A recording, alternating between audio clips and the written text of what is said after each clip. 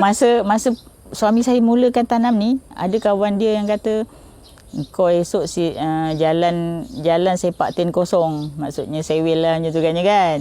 Sekarang dah jadi kenyataan macam ni lah. Assalamualaikum. Selamat pagi semua. Selamat datang ke Jalan Lihat Dengar. Hari ini kita ada di Sekinchan, Selangor. Kenapa kita dekat Sekinchan? Sebut je Sekinchan, it's always sawah padi. Memang sawah padi, benang-benang ni terbentang luas. Semua cantik. Mana-mana kita pergilah. All around Sekinchan. Tapi dalam semua sawah padi ni, ada satu tempat dia uruskan ladang teh. There's actually a ladang teh in Sekinchan. Of all things to grow, memang lain macam lah, memang unik lah. And kita sekarang ada dekat Jalan Tali Air 6. And ladang teh tu ada dekat situ. Semalam aku ada contact dia punya owner, Puan Habsyah. And sikit lagi pukul 8 macam tu, sekarang ni baru 7.30 macam tu. Dalam pukul 8 sekarang, we'll go and see her and we'll have a look at the farm. Kita pergi tengok ladang teh tu. Alright, this is Jalan Lihat Dengar. Let's go.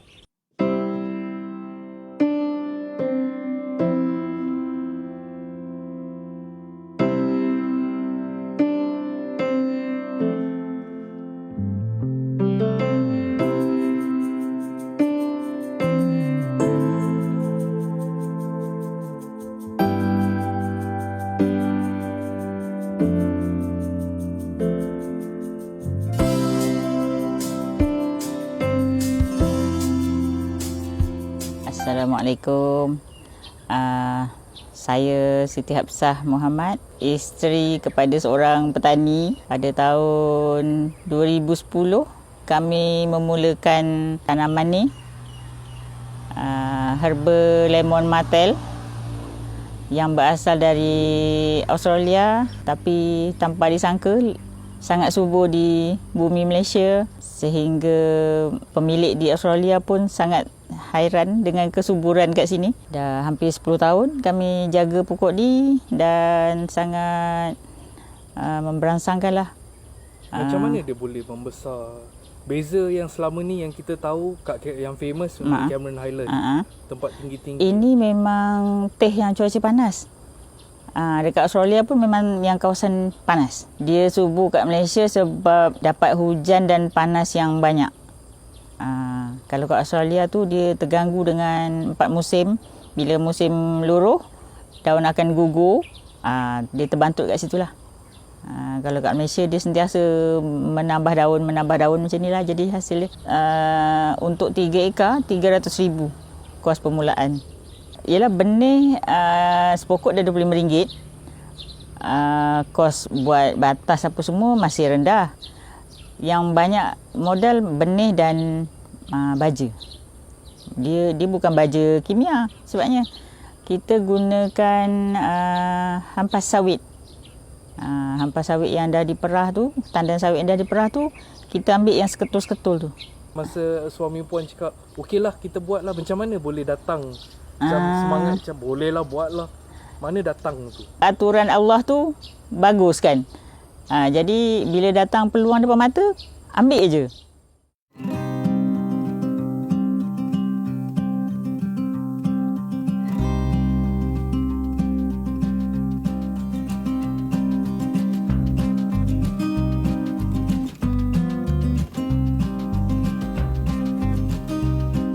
Inilah rupa lemon martel.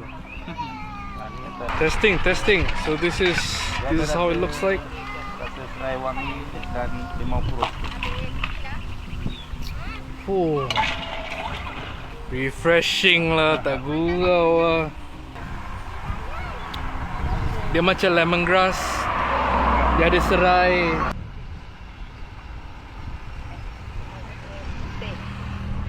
Dia bila orang mula kenal tempat ni, tengok tu pun dah ramai dah tu.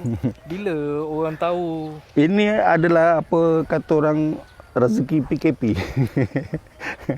rezeki PKP, Perintah Kawalan Pergerakan. Bila orang mula menceroboh masuk, sebab sebelum ni Orang ceroboh masuk pada awalnya menceroboh lah pasal pintu pagar tu saya tak tutup.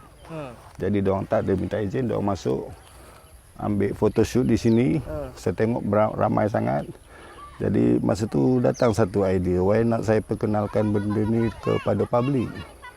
Sebab ramai yang tak tahu sebenarnya lemon martel ni dah ada di Malaysia. Dan ramai pun tak tahu bahawa ini adalah spesies teh juga. Membuka peluang siapa nak tengok pokok ni. Atau kalau diorang nak tengok, kena pergi Australia kan. Jadi terlalu jauh, why not you ke Malaysia saja. Benda Feeling dah ada. Feeling memang dah ada. dah. Jadi itulah, berkongsi pengalaman dengan orang, sama-sama menikmati keindahan ni. Jadi kalau mana yang nak cebur dalam industri ni pun, saya bagi peluang lah. 10 tahun yang lepas, pokok ni memang kita bawa daripada Australia tu, kita adalah penanam yang pertama. Jadi saya ni adalah pioneer di Malaysia. Di luar Australia pun, di dunia, kita lah yang pertama. Kalau dibandingkan dengan tanaman lain, contohnya padi lah. Padi setiap 6 bulan kita akan tanam semula.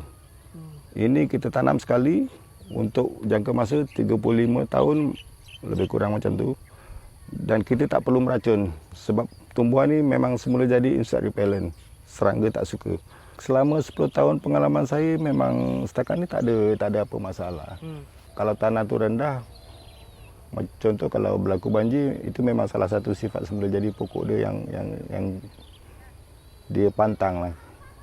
Sebab kalau banjir, pokok ni akan mati. Tapi kat Sekinchan ni selalu... Itu sebab saya gunakan sistem, saya tebus guna sawah ni, saya gunakan satu sistem pengaliran untuk air itu keluar dengan mudah. Supaya tidak berlaku banjir itu. Sebab sekeliling ni adalah sawah padi. Bila musim menanam padi, sekeliling ni penuh dengan air. Berbanding dengan teh biasa dia untuk satu produk saja, untuk minuman saja. Tapi lemon martel ni dia boleh hasilkan 95 jenis produk yang dah ada di pasaran sekarang ni. Antaranya teh itu sendirilah. Nah, daun ni juga boleh dibuat campuran dalam kek, keju, biskut, es krim. Dan kita sebagai pengeluar, QZen sebagai pengeluar, dia mengeluarkan dua raw material, iaitu daun kering untuk teh dan yang keduanya minyak. Tak, kita berbeza dengan teh biasa sebab kita akan ambil overall 3 kaki daripada tanah lah. Okey, so 3 kaki dari tanah. 3 kaki daripada sini lah. So yang ini yang kita akan ambil lah. Sebab yang daun ni tak cukup matang untuk kita buat teh. Oh, so ni belum boleh lagi. Jadi yang boleh dia macam mana tu? Sini ke atas semua. Jadi ini kandungan citral dia dah cukup tinggi lah. Macam ni pun dia ada tengok. Kalau kita nak proses minyak, kita boleh tengoklah daun ni ada minyak lah. Citral dia cukup tinggi, lebih tinggi daripada... boleh bau dah. Citral dia lebih tinggi daripada serai. Serai baru 92%. Kita dah dalam ni ada 96% lebih kurang dalam lemon martel. Untung jual daun kering lah. Oh, daun kering. Sebab daun kering dia kalau harga pasaran US boleh 1 kilo mencecah. Currency kita sekarang ni lebih kurang dalam RM138 per kilo. Berbandingkan minyak 1 liter lebih kurang dalam 1000 macam tu lah. Tapi kira kalau kat Malaysia ni masih untapped market lah. Yeah. Competition ada ke? Tak ada. Tapi demand Memang cukup tinggi sebab kita di Malaysia, kita anggarkan kita memerlukan lebih kurang dalam 1000 ekar baru kita boleh penuhkan pasaran dekat luar tu. Sekarang setakat yang ada di Malaysia lebih kurang dalam 30 ekar macam tu. Kita perlukan 1000 ekar lebih kurang. Oh, saya join lah. Boleh. Kita pun tumpu pada pasaran ekspor. Ekspor ke mana? Ekspor terbesar kita ialah di Amerika, United Kingdom, Jerman, China, Jepun, Korea.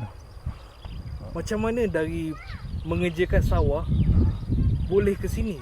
Boleh sampai ke ekspor jauh-jauh macam ni? Itulah bila saya pun kadang-kadang macam yalah, kita pun tak jangkakan, tapi kalau kita tak cuba kita tak tahu. Macam saya cakap tadi, kalau kita tak cuba kita tak tahu. Tekad untuk mengubah hidup tu daripada petani biasa kepada petani yang macam ni. Sebab kerajaan pun dah cakap pertanian adalah perniagaan.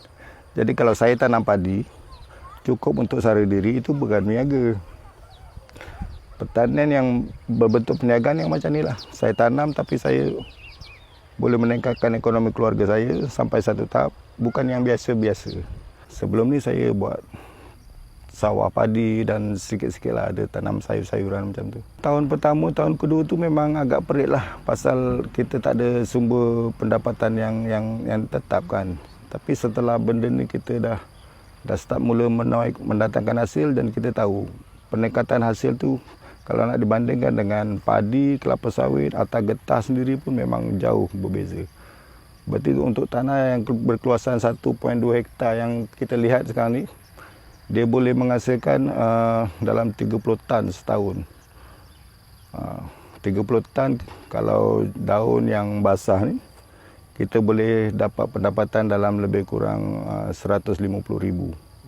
Bersih lah. Dibagi dengan 12 bulan, so kita akan tahu figure income kita untuk sebulan tu. Bandingkan dengan jauh beza lah. Jauh beza, 10-15 kali ganda daripada tanaman padi dengan sawit untuk tempoh setahun.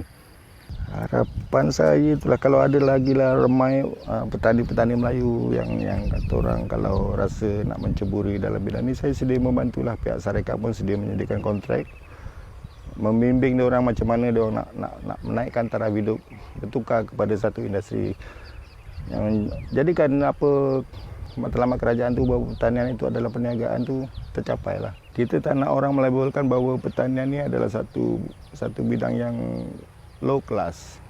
Kita tak nak orang sentiasa bila keluar daripada universiti mesti nak bekerja dengan jabatan kerajaan nak apa. Kalau boleh biarlah dia lahir petani yang berpendidikan. So itulah orang cakap resmi padi makin berisi makin tunduk. And I think it's the exact same case for ladang teh di Sekincan ni. Dah 10 tahun tapi baru sekarang orang tahu, and owner-owner dia bukan tak nak kasih orang masuk, bukan tak nak tunjuk, tapi dia orang tak tahu benda ni is something of interest to people. So kita dekat-dekat kat sini, so we can visit our own backyard. Pada orang Sekincan yang tak pernah tahu, ramai orang Sekincan sendiri datang kat sini. And untuk orang-orang yang dekat, Sekincan ni dah puas tengok padi, sekarang boleh layan tengok teh pula. That's it for now. If you enjoy the video, don't forget to share, like dan subscribe. And until then, I'm Ashraf. Jalan lihat dengar. Assalamualaikum.